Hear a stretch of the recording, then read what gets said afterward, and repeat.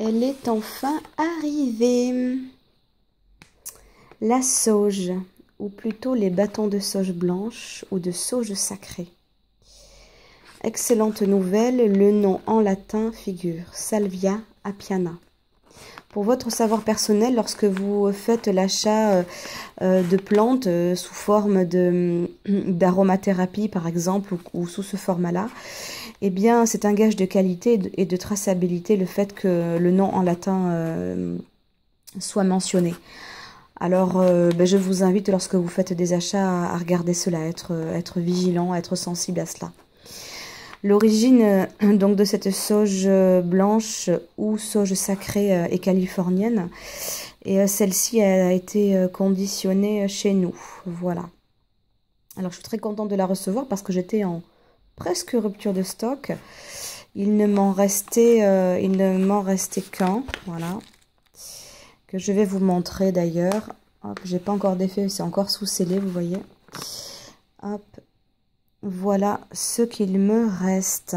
Donc c'est exactement la même chose, même format. Comme vous pouvez le constater, ce sont des feuilles qui sont les unes aux autres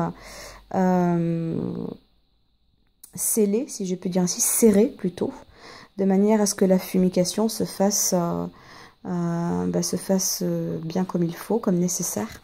Et ensuite, elles sont liées et maintenues par un fil en coton.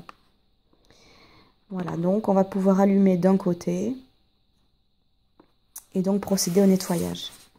Alors petit conseil, on allume le bâtonnet de sauge d'un côté, donc d'un seul côté bien évidemment.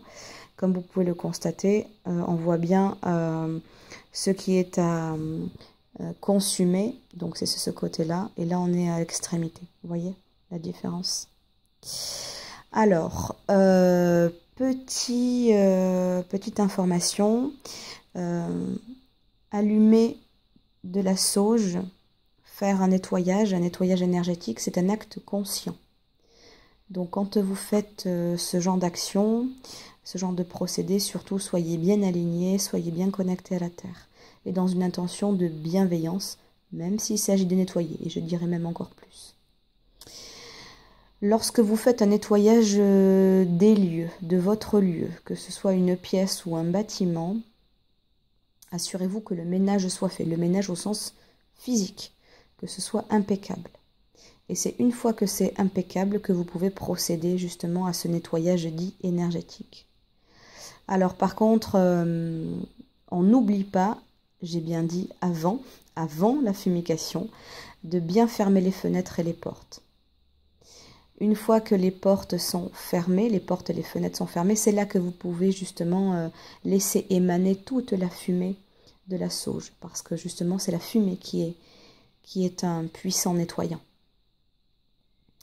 Une fois que la combustion, que la fumigation a eu lieu, c'est là que vous pouvez ouvrir et aérer. Et c'est là que tout se dissipe, tout disparaît. Alors si je peux me permettre, n'oubliez pas les coins, les recoins, les espaces confinés, sombres, et les petits espaces tels que les tableaux électriques, parce que les entités, les vibrations négatives adorent se loger dans ce genre de petits espaces difficilement atteignables. N'oubliez pas de remercier, bien évidemment, une fois que le nettoyage est fait, n'est-ce pas ? Chers apprentis, chère sorcière, cher mage, que tu sois en apprentissage ou que tu sois expérimenté, n'oublie pas ce b.a.-ba, voilà, qui est de bien nettoyer ta pièce physiquement et de remercier la terre. Je te dis à bientôt pour une nouvelle vidéo. C'était Divine de la Divine Connexion.